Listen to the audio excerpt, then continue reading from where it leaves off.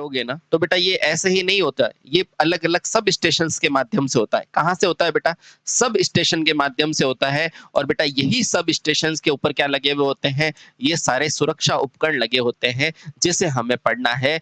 वैसे तो हमने ट्रांसफार्मर के चैप्टर में पढ़ा था ना, सीटी पीटी है ना, पढ़ा था ना। तो लेकिन यहाँ पर जो पॉइंट नहीं पढ़े जाते हैं उन्हें हम समझने की कोशिश करेंगे, जैसे कि आइसोलेटर्स है ना, जैसे कि बस बार है ना, जहां से क्वेश्चन आते हैं। तो इन छोटे छोटे पॉइंटों को पढ़ेंगे। जो चीज पढ़ रखी है उसे हम ज्यादा खींचेंगे नहीं, लेकिन जो नहीं पढ़ रखी है उसे हम समझाएंगे। ठीक है, चलिए शुरू करते हैं दोस्तों। आज का टॉपिक कौन सा? विद्युत वितरण उपकेंद्र के उपकरण। क्या टॉपिक का नाम है? विद्युत वितरण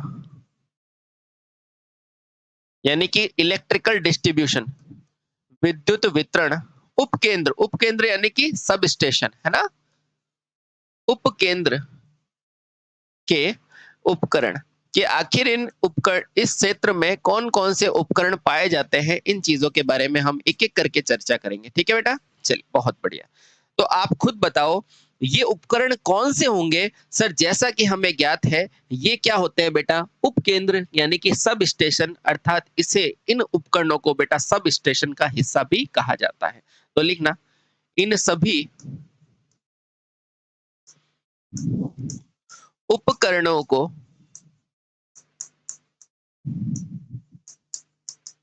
सब स्टेशन का,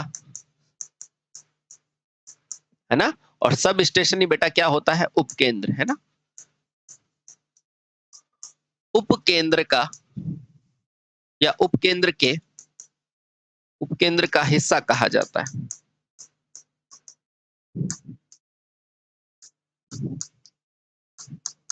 अब फिर से साथियों आपके प्रश्न आएगा कि सर इनमें कौन कौन से हिस्से होते हैं? तो सबसे पहला हिस्सा कौन सा आता है जो पावर को क्या करता है?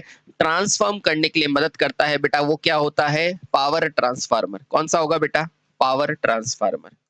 ठीक है सर, इसका नाम सुना है आपने? बिल्कुल हमने सुना है सर। ठीक है, पावर ट्रांसफार्मर। अगला हिस्सा कौन सा होगा? क्या आपने धारा ट्रांसफार्मर का नाम सुना हुआ है? अरे सीटी, हाँ सर सुना है। तो अगला होगा धारा ट्रांसफार्मर। जब हम धारा ट्रांसफार्मर पढ़ रहे होंगे तो बेटा एक नाम और सुना होगा। कौन सा सर? Potential transformer. हाँ सर बिल्कुल सुना है, पोटेंशियल ट्रांसफार्मर। सर ये तो आपने पढ़ाया था। बिल्कुल मैंने पढ़ाया था। पढ़ाया था कि नहीं पढ़ाया था ट्रांसफार्मर में? यहाँ थोड़ा सा मैं आपको बताऊंगा, याद दिला दूंगा। ठीक है, बहुत बढ़िया। उसके अलावा आपको पता है बेटा, सप्लाई देने के लिए एक ऊपर की तरफ एक चालक की परत होती है बेटा, उसे क्या कहते हैं?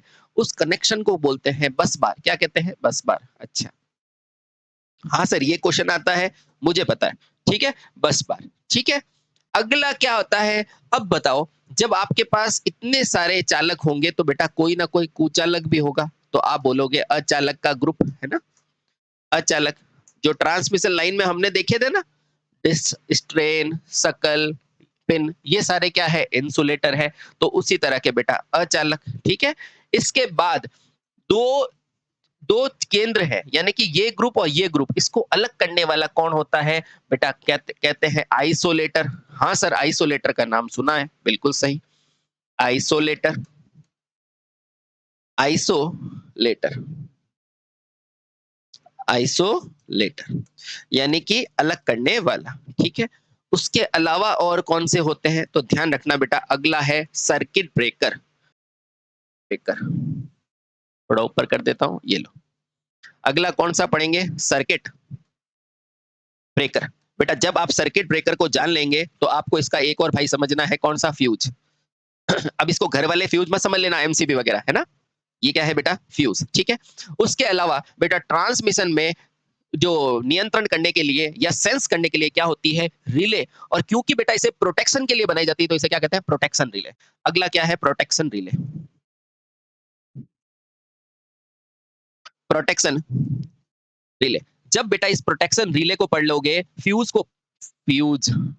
को पढ़ लोगे, तब बेटा अगला आपको क्या पढ़ना है साथियों? अगला पढ़ना है आपको मेजरमेंट, यानी कि मापन का यंत्र। 10वां कौन सा पढ़ना है? मापन यंत्र। मापन यंत्र। सर इसके अलावा हम क्या पढ़ेंगे? तो बेटा इसके अलावा आप पढ़ेंगे कौन सा? एक तो स्विच बोर्ड और एक नियंत्रण कक्ष। एक कौन सा पढ़ोगे? स्विच बोर्ड, और एक क्या पढ़ोगे बेटा? नियंत्रण कक्ष। नियंत्रण कक्ष, है ना? एक कंट्रोल रूम भी तो होता है बेटा, जहां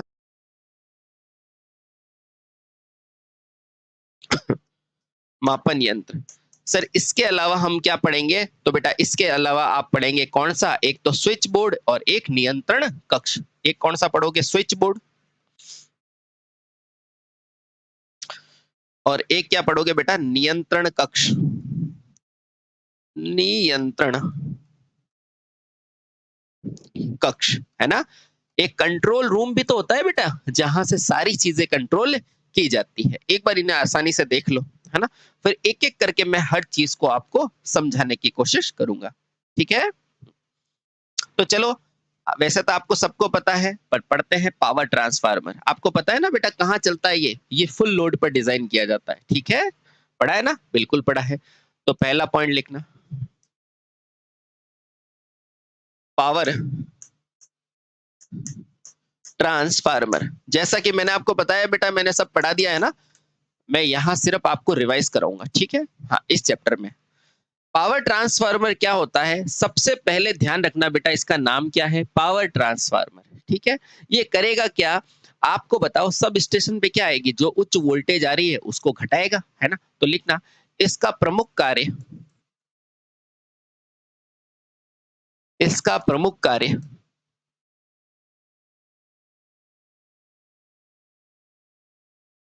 उच्च वोल्टता पर, या ऐसे लिखो बेटा, सब स्टेशन पर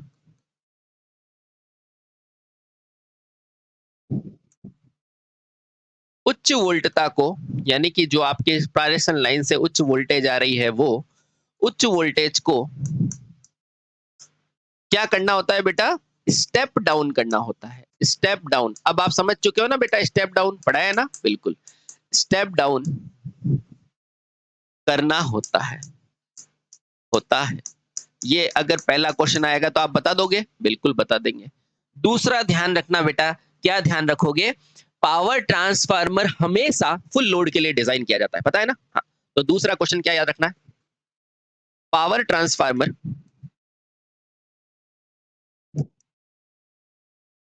हमेशा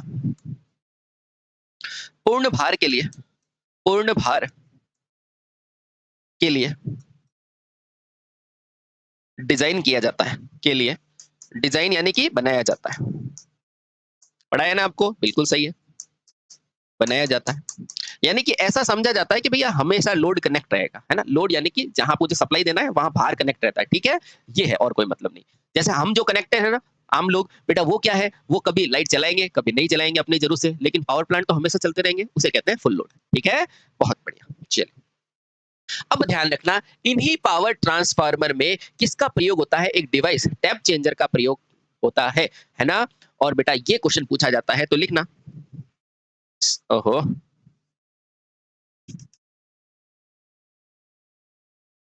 इसका प्रयोग, टैप चेंजर, इसका प्रयोग क्या होता है बेटा? हमेशा ध्यान रखना, प्रयोग पावर ट्रांसफार्मर की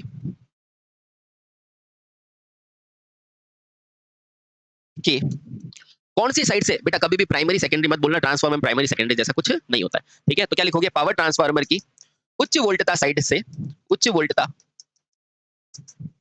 पक्ष से, पक्ष से क्या होता है बेटा? वोल्टेज को बढ़ाना या घटाना होता है। वोल्टेज को बढ़ाना या घटाना होता है। उच्च वोल्टेज को क्या कर सकते हैं बेटा? वोल्टेज को घटाने के लिए होता है। अरे, वोल्टेज को घटाने के लिए होता है, लिए होता है।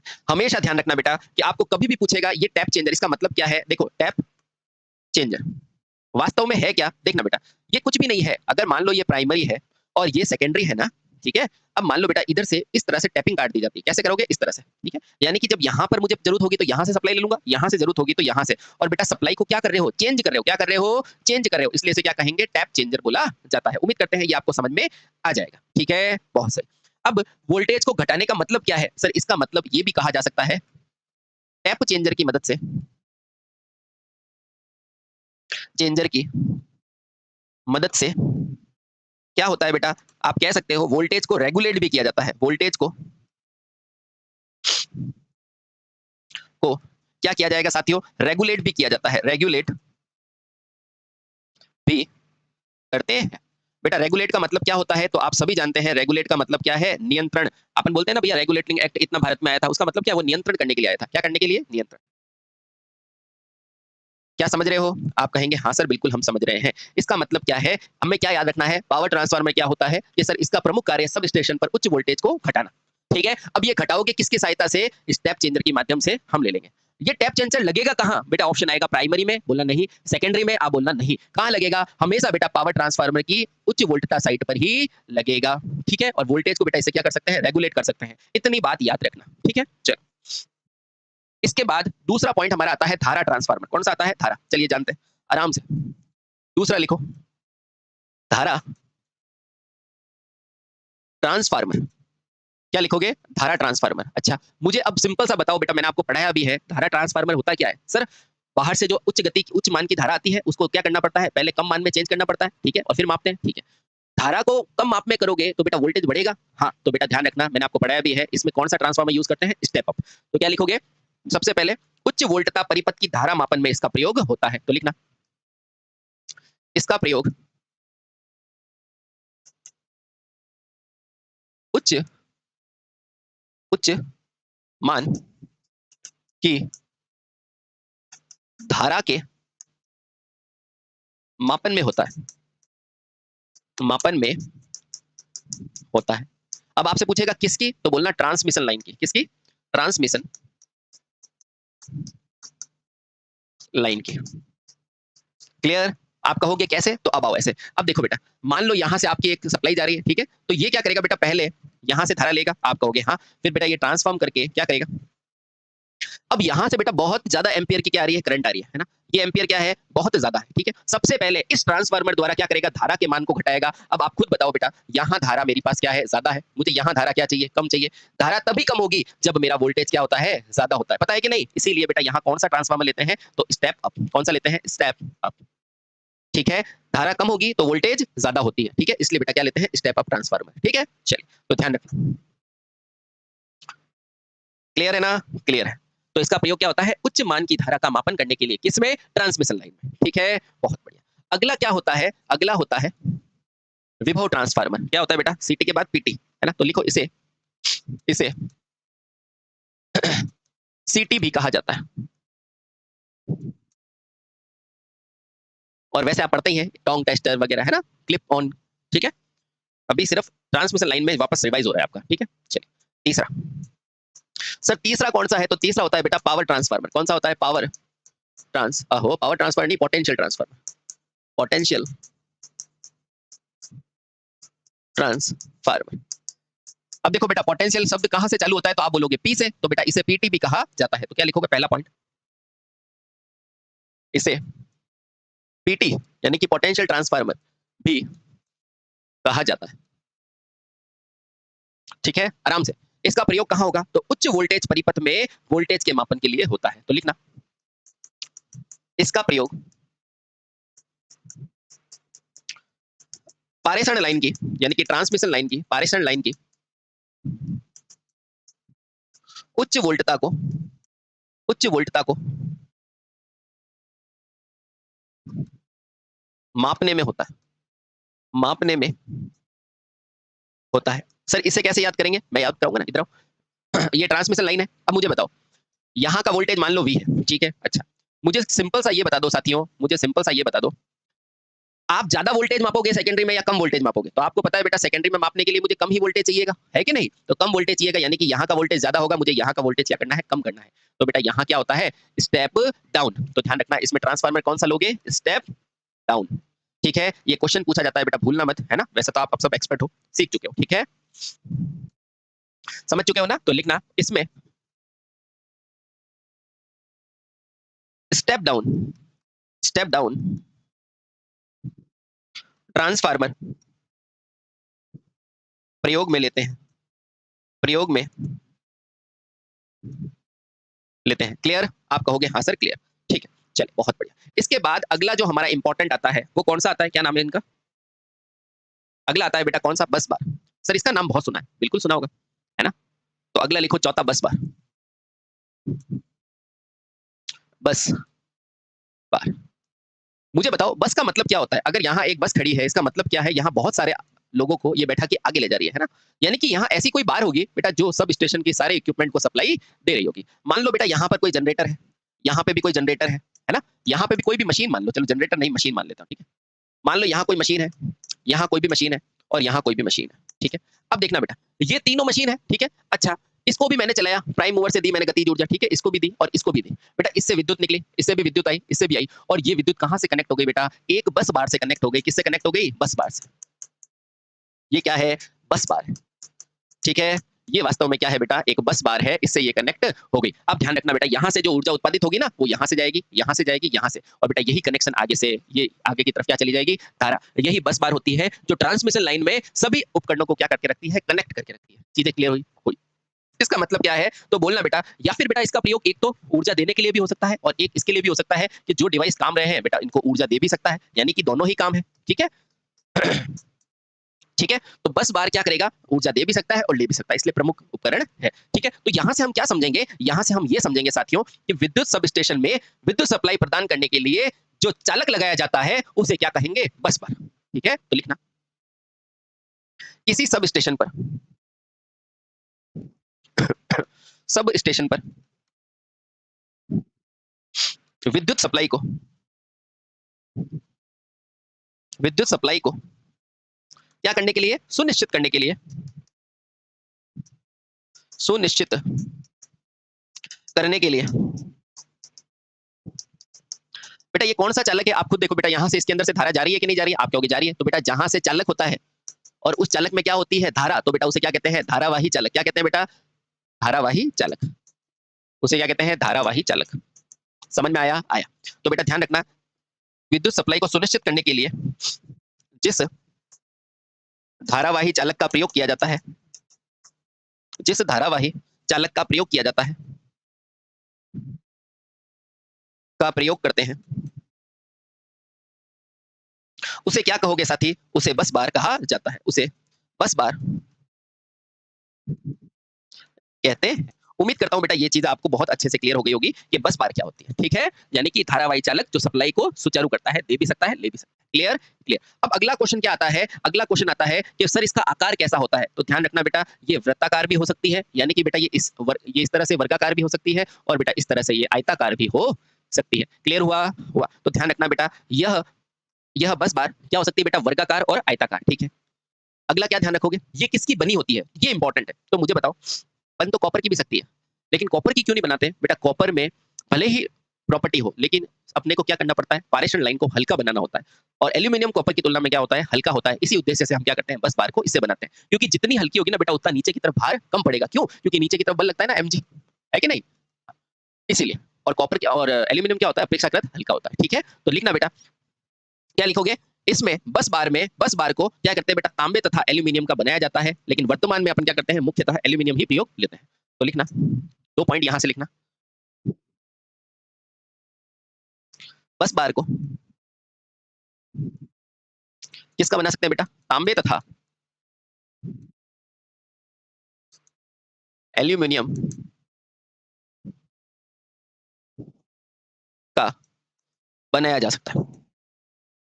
अब आप में से कोई पूछेगा सर दोनों ऑप्शन हो तो? बेटा प्रॉब्लम तो है, कहीं कहीं तांबा भी मानते हैं, है ना? और कहीं कहीं, लेकिन मैं आपको ज्यादा बताता हूँ, मोस्ट एक्यूरेट कौन सा है? एल्यूमीनियम है, ठीक है? लेकिन एग्जामों की दृष्टि से अगर आपको लगाना हो तो बेटा अगर दोनों ऑप्शन हो तो आप तांबे को लगाना। समझ में आया? आया। अगला क्वेश्चन क्या पूछेगा? ये बड़ा इंपॉर्टेंट है। अगला क्वेश्चन आपको ये पूछ सकता है कि बताओ वर्तमान समय में वजन की दृष्टि से बेटा कौन सा यूज करते हैं? तो बोलना एल्यूमीनियम। लेकिन वर्तमान समय में एल्यूमीनियम एल्यूमीनियम चालक का चालक का वजन। और आप पता है बेटा, इसमें एल्यूमिनियम के बीच में खोखला होता है तो क्या होता है, उस पे इस वो प्रभाव भी कम पड़ता है, आपने ये पढ़ा था है ना। हाँ, स्किन प्रभाव, बहुत बढ़िया। तो लिखना बेटा, एल्यूमिनियम चालक का वजन हल्का होने के कारण, हल्का होने के कारण इसे बस बार के रूप में प्रयोग करते हैं, बस बार के रूप में प्रयुक्त करते हैं। क्या क्लियर है? हाँ सर, बिल्कुल क्लियर है। चलिए अगला क्या पढ़ेंगे, अगला पढ़ेंगे अचालक। आपने सब जानते ही हैं अचालक क्या होता है, ठीक है। चलिए तो अचालक क्या होता है उसको पढ़ते हैं। आखिर वितरण लाइन में अचालक की क्या भूमिका होती है उसको पढ़ते हैं। ये लो भैया, पांचवा पॉइंट है अचालक। ये क्या होता है दरअसल, ये क्या है, कुछ नहीं, कुचालक। ऐसा तो आप जानते हो ना, यह कुचालक है जिसे दो चालकों के बीच में, दो चालकों के बीच में अनावश्यक रूप से, है ना, अनावश्यक यानी कि जो आवश्यक नहीं हो, है ना, अनावश्यक धारा प्रवाह को रोकने के लिए प्रयोग में लिया जाता है, को रोकने के लिए प्रयुक्त किया जाता है, लगाया जाता है, प्रयुक्त किया जाता है। क्या साथी ये बात समझ पा रहे हैं? यानी कि दो चालक है बेटा, उसके बीच में धारा को रोकना है, जैसे कैपेसिटर के बीच में अपन ने क्या डाला, डाइलेक्ट्रिक, वो धारा प्रवाह रोकता है ना, बस वही बात है। समझ में आया? आया समझ में आया, बहुत बढ़िया। अब आपसे पूछेगा कि सब स्टेशन में, आप ट्रांसमिशन लाइन में तो सबको पता है कौन से इंसुलेटर, सस्पेंशन, पिन, है ना। मुझे बताओ पारेषण लाइन में और ये क्या कहते हैं, उस सब स्टेशन पे कौन से यूज करते हैं? तो ध्यान रखना, सब स्टेशन पे मुख्यतः दो प्रकार के चालक लिए जाते हैं, एक कौन सा बेटा, पोस्ट प्रकार का और एक बुशिंग प्रकार का। तो लिखना, ज्ञात रहे सब स्टेशन पर कितने प्रकार के, दो प्रकार के, बेटा नाम याद रखना महत्वपूर्ण है, दो प्रकार के बुशिंग, दो प्रकार के अचालक प्रयोग में लिए जाते हैं, प्रयोग में लेते हैं, में लेते हैं। पहला कौन सा लोगे तो ध्यान रखना, पहला होगा बुशिंग प्रकार का, बुशिंग टाइप, है ना। और दूसरा कौन सा होता है, दूसरा कौन सा होगा साथियों, पोस्ट टाइप। क्या होगा, पोस्ट। सर ये कैसे लगते हैं, तो बेटा एग्जाम में आपको ये नाम जरूर याद रखने हैं, ध्यान रखना, ठीक है। आज तक तो ये नाम भी नहीं पूछे, लेकिन क्या पता पूछ ले, तो बेटा शुरुआत यहीं से होगी, ठीक है। बहुत बढ़िया, पोस्ट और बुशिंग टाइप, बस नाम याद रखो, ठीक है। चलिए अगला क्या है सर, अगला है आइसोलेटर। अब जैसे नाम से पता चल रहा है आइसोलेटर, इसमें क्या क्या क्वेश्चन पूछे वो मैं सब बताऊंगा आपको, डोंट वरी। अगला पढ़ेंगे छठा, आइसोलेटर।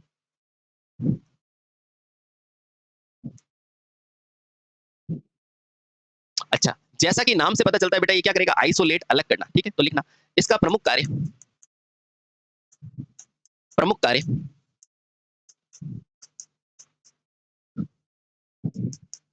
परिपथ को आइसोलेट यानी कि अलग करना होता है,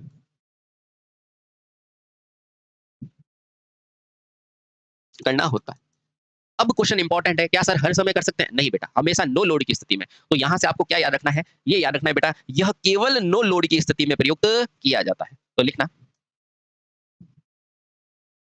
यहां आगे लिख दो, अर्थात यह एक स्विच है,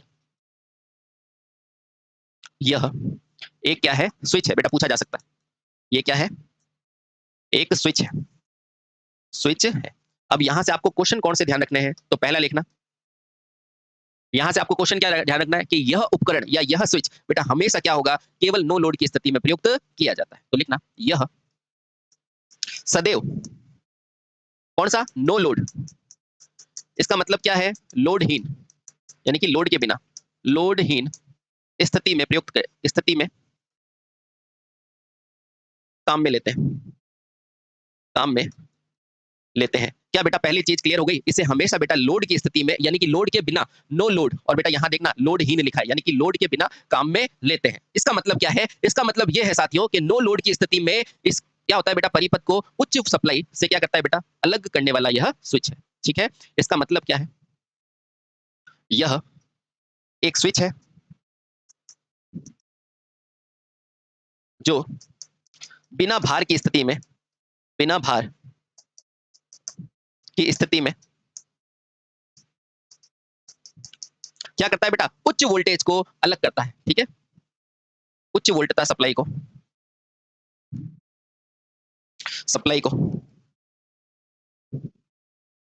अलग करता है। बेटा हर थ्योरी का पॉइंट कवर करा दूंगा, बस शांति से बैठे रहना, ठीक है, आराम से इसको सुनते रहो, ठीक। बहुत बढ़िया। सर आइसोलेटर में क्या होगा, तो ध्यान रखना बेटा, आइसोलेटर में अगर 50 वोल्ट से कम होता है ना, तो बेटा सिंगल पोल यूज करोगे, और इससे ज्यादा होने पर बेटा आप क्या करोगे, मल्टीपोल आइसोलेटर का प्रयोग किया जाता है, ये ध्यान में रखना, ठीक है। आपको क्वेश्चन क्या आएगा, आपको क्वेश्चन आएगा इसका प्रयोग कब होगा, तो ध्यान रखना बेटा, नो लोड की स्थिति में। कब किया जाएगा नो लोड की स्थिति में, जब बेटा अपने को उच्च वोल्टेज लाइन को अलग करना हो, ठीक है। अब ये लाइन चल रही है बेटा, लोड कनेक्ट हुआ है, कभी भी आइसोलेट को कनेक्ट हटाना नहीं। कब, जब इसको पहले बंद करोगे, फिर जाके बेटा इसको कहीं पे भी आप दूसरी जगह कनेक्ट कर सकते हो, ठीक है। बहुत बढ़िया। तो ये जरूर ध्यान रखना बेटा, इसे एक सिर्फ यही क्वेश्चन आता है आपका, ध्यान रखना, इसे हमेशा नो लोड की स्थिति में ऑपरेट किया जाता है, ठीक है। बहुत बढ़िया। सर एक क्वेश्चन अभी आप बोल रहे थे, बिल्कुल बताता हूँ, एक और ध्यान रखना बेटा। क्या ध्यान रखना, यदि 50 वोल्ट, यदि 50 किलो वोल्ट से कम वोल्टेज है, यदि, ये डेटा जरूर ध्यान रखा करो, है ना, यदि 50 किलो वोल्ट से कम का वोल्टेज है, कम की वोल्टता है, तो क्या यूज करना है आपको, हमेशा ध्यान रखना, तो सिंगल, अरे सिंगल, सिंगल यानी कि सिंगल वन, तो सिंगल पोल आइसोलेटर प्रयोग करेंगे, आइसोलेटर, आइसोलेटर, आइसोलेटर प्रयोग करते हैं। अब आपसे कोई पूछेगा इसके अलावा कोई मान हो, तो ध्यान रखना सिर्फ 50 किलो, और अगर इससे ज्यादा का हो तो बेटा समूह प्रकार के, यानी कि आप कह सकते हैं ग्रुप प्रकार के आइसोलेटर यूज करते हैं। ये डेटा ध्यान रखना बेटा, आप कितने भी होशियार हो, वहां पर क्वेश्चन आएगा, आप गलत करके आओगे, फिर ध्यान रखना। यदि लाइन कितने की है भैया, 50 किलोवाट से अधिक है, 50 किलोवाट से अधिक है, तो बेटा एक से ज्यादा आइसोलेटर लेने पड़ेंगे, और इसे ही कहते हैं ग्रुप प्रकार के आइसोलेटर, इसे ही ऐसे लिख सकते हैं। तो इसमें समूह प्रकार के, यानी कि ग्रुप प्रकार के, समूह प्रकार के आइसोलेटर, समूह प्रकार के आइसोलेटर, तो इसमें समूह प्रकार के आइसोलेटर प्रयोग में लेते हैं।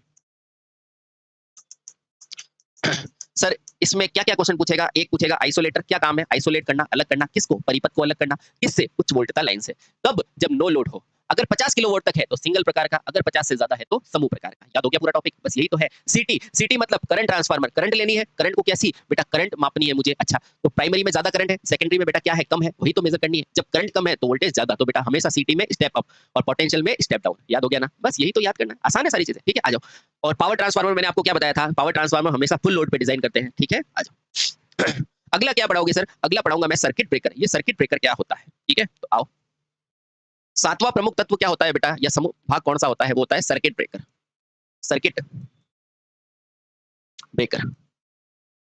अब इसका नाम नहीं पता चला बेटा, सर्किट यानी कि एक सिस्टम, और ब्रेकर यानी कि ब्रेक करने वाला, तोड़ने वाला। सर ये आइसोलेटर क्या था, सुनो बेटा, आइसोलेटर अलग कर रहा था। अब यहाँ कंफ्यूजन होता है, ध्यान रखना। देखो बेटा, चाहे सर्किट ब्रेकर हो, चाहे देखना, यहाँ देखना एक अंतर। सर आइसोलेटर का भी मतलब आपने यही बताया था, सर्किट को अलग करना, है कि नहीं।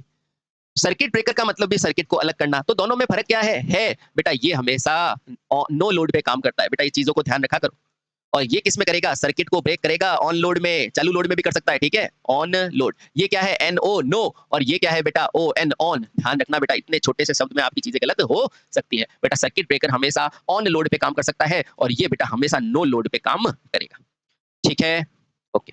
तो ध्यान रखना सर्किट ब्रेकर क्या है, तो सर्किट ब्रेकर हमेशा क्या करता है, हमें लघु परिपथ की धारा से बचाता है, ठीक है। तो ध्यान रखना, जब परिपथ में शॉर्ट सर्किट के कारण, अब शॉर्ट सर्किट का मतलब आप समझे, शॉर्ट सर्किट का मतलब ये नहीं कि कहीं से गिर गए ना, शॉर्ट का मतलब क्या होता है, ये 3 लाइनें हैं ना, और 3 लाइनों में से आपस में कोई चिपक गया, ठीक है, तो उससे ज्यादा करंट बहेगी ना, तो बेटा उसे कहते हैं शॉर्ट सर्किट, है ना। जब परिपथ में, जब परिपथ शॉर्ट सर्किट हो, यानी कि ये 3 लाइन है ना, तो बेटा ये आगे चल के मिल गई है, तो बताओ तीनों की धारा यहाँ से आई जा रही थी बेटा, यहाँ से कितनी जाएगी, 3, तो शॉर्ट सर्किट में बेटा क्या होती है, धारा का मान बढ़ जाता है, ठीक है। तो लिखना, जब परिपथ में शॉर्ट सर्किट के कारण क्या होती है बेटा, ज्यादा धारा बहने लगती है, यानी कि आप क्या कह सकते हैं बेटा, इसे लघु परिपथ भी कह सकते हैं, है ना। शॉर्ट सर्किट के कारण ज्यादा धारा बहने लगती है, धारा बहने लगती है, लगती है, तो बेटा इसकी सुरक्षा कौन करता है? तो इस धारा से या इस उच्च धारा से सुरक्षा कौन करता है? तो लिखना इसकी सुरक्षा, इस दोष की सुरक्षा, इस दोष की सुरक्षा, ये दोष ही तो है ना? तो इस दोष की सुरक्षा बेटा किससे की जाती है? सर्किट ब्रेकर से की जाती है। सर्किट ब्रेकर से, सर्किट ब्रेकर से होती है। आपके घर पे लगा हुआ है क्या? बिल्कुल लगा हुआ है सर्किट ब्रेकर बेटा। वहां पे भी जब शॉर्ट होता है ना तार, तो वही सर्किट ब्रेकर एम ट्रिप हो जाता है। ठीक है? हाँ। आप कौन सा घर पे लगता है? एमसीबी, जो आप पढ़ोगे होम अप्लायंस में, मिनिएचर सर्किट ब्रेकर। याद आया? बहुत बढ़िया। ठीक है? ओके, चलिए समझ में आया? तो आपको कोई पूछेगा सर्किट ब्रेकर किससे सुरक्षा दे रहा है, तो बोलना बेटा किससे देगा? शॉर्ट सर्किट यानी कि लघु परिपथ से सुरक्षा देता है। तो यहां से ध्यान रखना एक पॉइंट बेटा, गलत मत करके आना। जो सर्किट ब्रेकर है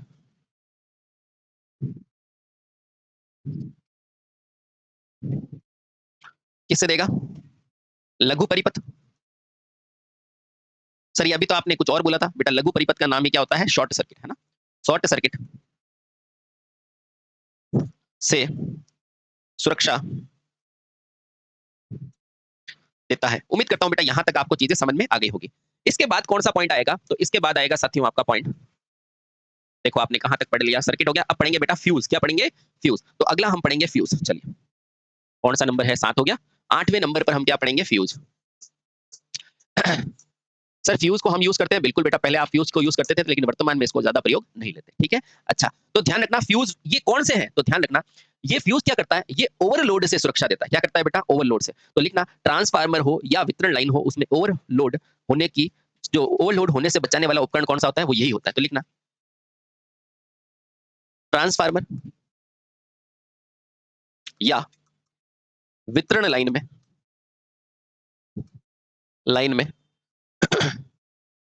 ओवरलोड। बेटा ये दोनों शब्द अलग अलग है ना? लघु परिपथ क्या है? जब सप्लाई में तार चिपक जाते हैं। ओवरलोड जब मांग बढ़ जाती है ना? हाँ। ओवरलोड यानी कि ओवर यानी ज्यादा, और लोड यानी कि सप्लाई की मांग। जब ओवरलोड, ट्रांसफार्मर या वितरण लाइन में जब ओवरलोड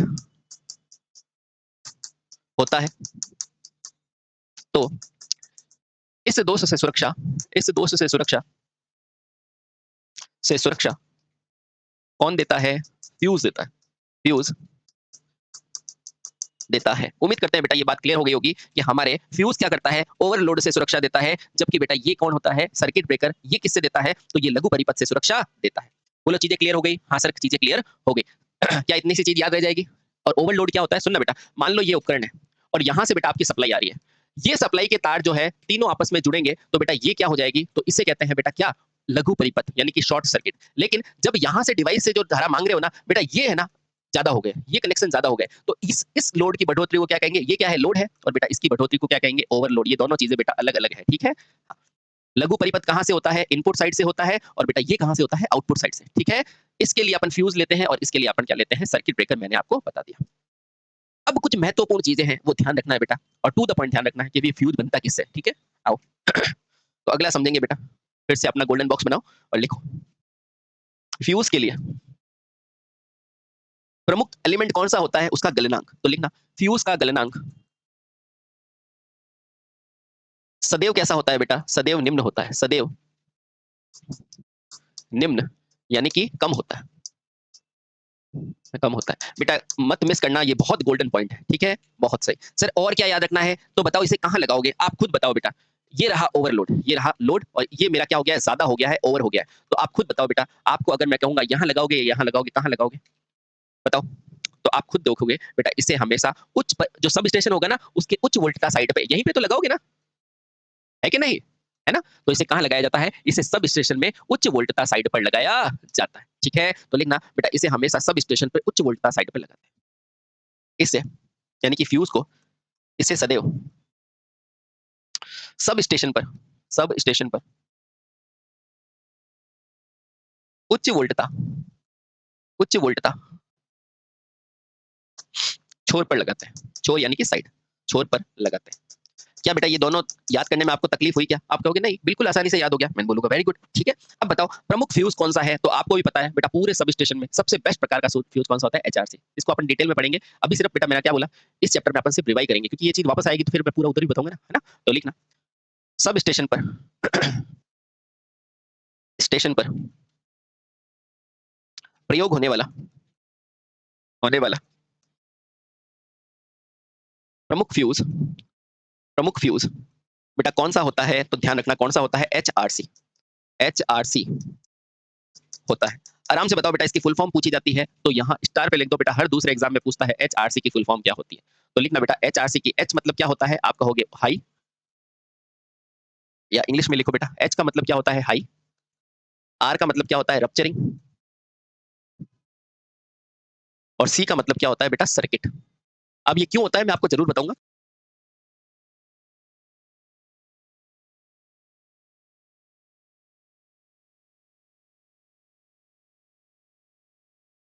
सिर्फ एक समावेश ले रहे हैं, ठीक है। एचआरसी में कुछ नहीं होता बेटा, पोर्सिलिन का कागज होता है और उसके अंदर क्या होते हैं, अलग अलग पीओपी और छोटे छोटे मटेरियल्स भरे होते हैं, ठीक है। अब इसका नाम हाई रप्चरिंग क्यों लिखा है, क्योंकि बेटा ये बहुत ज्यादा कैपेसिटी को होल्ड करके रखता है, इसकी क्षमता बहुत ज्यादा होती है। तो हाई यानी कि उच्च, रप्चरिंग यानी कि क्षमता, ठीक है, यानी कि सर्किट को बचाए रखने की, रप्चर करके रखने की क्षमता, ठीक है। बाकी सब मैं बता दूंगा, ठीक है। बहुत बढ़िया, क्लियर क्लियर। क्या यहाँ तक आपकी बात क्लियर हुई कि नहीं हुई, आप कहोगे हो गई। तो यहाँ से मैंने सर्किट ब्रेकर भी आपको बता दिया, फ्यूज भी आपको बता दिया। सर्किट ब्रेकर क्या करता है, तो आपको पता है लघु परिपथ से सुरक्षा करता है कौन, सीबी, और फ्यूज क्या करेगा, ओवरलोड की सुरक्षा करेगा, और फ्यूज हमेशा कहाँ लगाएगा, हाई वोल्टेज साइड में, ठीक है। बहुत बढ़िया। अगला है बेटा सुरक्षा रिले। बेटा यहाँ फ्यूज, यहाँ कोई ना कोई खतरा आएगा, इसकी सुरक्षा कौन करता है, रिले। बेटा रिले से जो क्वेश्चन बताऊंगा ध्यान रखना, रिले से एक क्वेश्चन आता है, ये है क्या, तो ये एक सुरक्षा युक्ति है, और सुरक्षा में भी कैसी, फॉल्ट को सेंस करने वाली युक्ति, ठीक है। तो आओ, नम्मा क्या नाम है, नंबर पॉइंट लिखो बेटा, कौन सा लिखोगे, सुरक्षा युक्ति, सुरक्षा युक्ति, सुरक्षा युक्ति रिले, है ना। चलिए, सुरक्षा युक्ति रिले। अच्छा, ये क्या है सर रिले, तो ध्यान रखना बेटा, विद्युत सब स्टेशन में विद्युत लोड या ओवरलोड की स्थिति के दौरान परिपथ को संकेत देने का कार्य इसी रिले का होता है। इसको ऐसे क्यों नहीं लिख देते, इसको ऐसे लिख देते रिले, संरक्षी रिले, संरक्षी रिले। तो लिखना, विद्युत केंद्र पर, विद्युत केंद्र, केंद्र पर क्या कहते हैं, विद्युत केंद्र के में फॉल्ट की स्थिति में, फॉल्ट यानी कि खतरनाक, फॉल्ट को क्या कह सकते हैं अपन, विद्युत केंद्र पर ओवरलोड या किसी भी असामान्य दोष की स्थिति में, या दोष की स्थिति में, तो विद्युत केंद्र पर दोष की स्थिति में, दोष की स्थिति में, ठीक है। इस दोष को यानी कि फॉल्ट को, इस दोष को जिसे कहते हैं बेटा फॉल्ट को, भाप कर, भाप कर यानी कि सेंस करके, भाप करना यानी कि बेटा क्या होता है, भाप यानी कि वो पानी वाली भाप नहीं, भापना यानी कि सेंस करके, भाप कर यानी कि सेंस करके, करके किसको करके, दोष को, है ना, करके किसको संकेत देना बेटा, सर्किट ब्रेकर को, सर्किट ब्रेकर को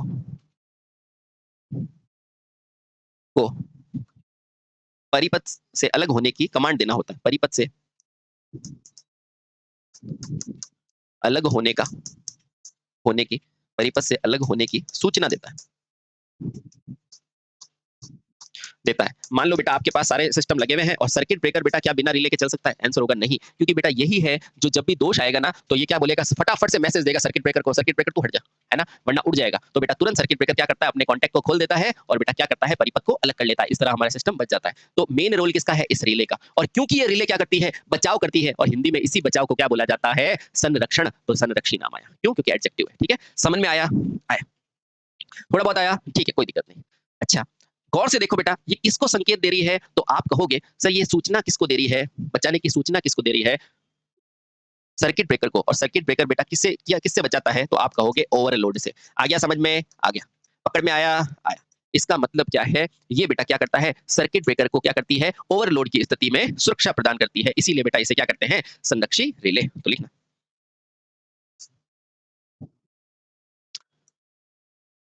रिले एक सेंसिंग युक्ति है, सेंसिंग यानी कि सेंस करने वाली युक्ति है ना, सेंसिंग युक्ति है, युक्ति है जो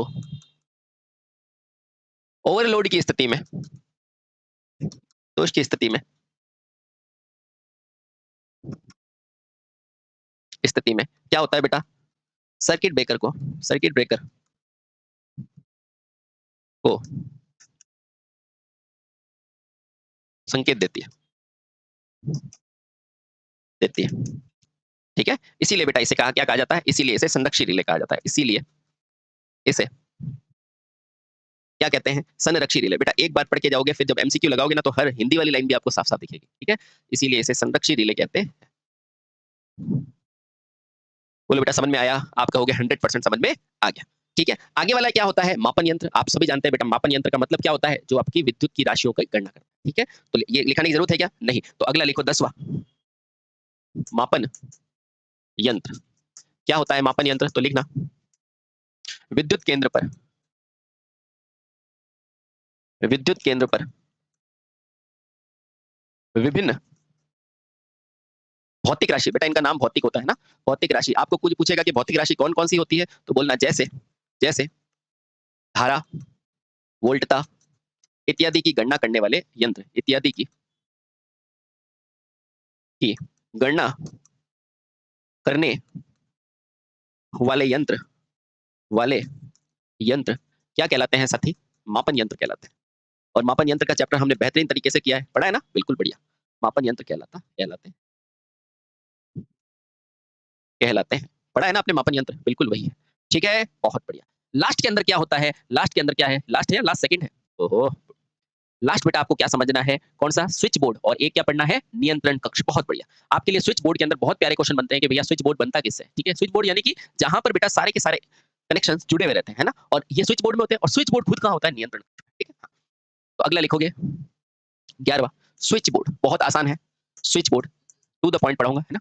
स्विच बोर्ड, पहला क्वेश्चन तो बेटा ये आता है ना, कि ये स्विच बोर्ड बना हुआ किससे होता है? तो क्या बताओगे? तो ध्यान रखना बेटा, इससे पोर्टसेलिन से बनाया जाता है। तो यह स्विच बोर्ड सामान्यतः किसका बनाया जाएगा? तो एबोनाइट या एस्बेटॉस का बनाया जाता है। किसका बनाया जाएगा? पोर्टसेलिन नहीं, एबोनाइट और एस्बेटॉस। तो लिखना, यह स्विच बोर्ड, स्विच बोर्ड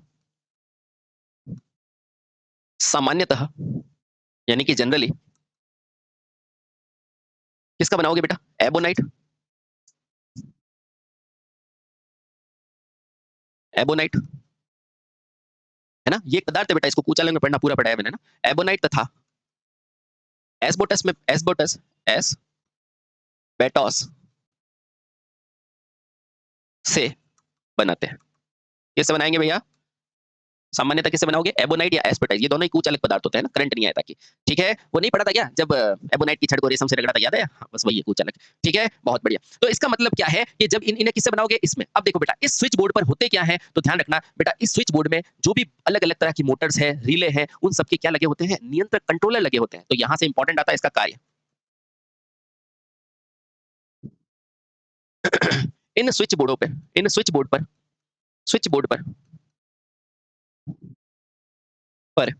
विभिन्न मोटर, यानी कि एक दो तो होगी नहीं बेटा, बहुत सारी मोटर होगी ना, हाँ, तो विभिन्न मोटर और सर रिले, मोटर हो गया बेटा अलग अलग, रिले हो गई, तथा नियंत्रक लगे होते हैं। स्विच बोर्ड पर विभिन्न मोटर, रिले आदि के नियंत्रक लगे होते हैं, आदि के नियंत्रक यानी कि कंट्रोलर लगे होते हैं। आप देखोगे बेटा, सब स्टेशन पे जाओगे ना तो पैनल में आपको सब कुछ दिखेगा। ठीक है, नियंत्रक लगे होते हैं,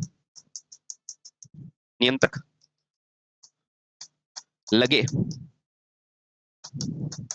होते हैं। बहुत आसान है बेटा, इंटरेस्ट लेके पढ़ो बस, है ना। क्या क्या होगा? वो अलग अलग तरह के मोटर्स के नियंत्रक और रिलेस के कंट्रोलर लगे होते हैं। ठीक है, बहुत बढ़िया। ठीक, अब देखना बेटा, इसमें क्या होता है, अब अपने को इसकी थोड़ा सा इसकी फोटो याद रखना। मान लो बेटा ये क्या है, एक स्विच बोर्ड है, मान लो ये क्या है, स्विच बोर्ड है। इस तरह का आपने स्विच बोर्ड देखोगे जहां अलग अलग तरह की आपको लाइट्स दिखेगी, स्विच बोर्ड।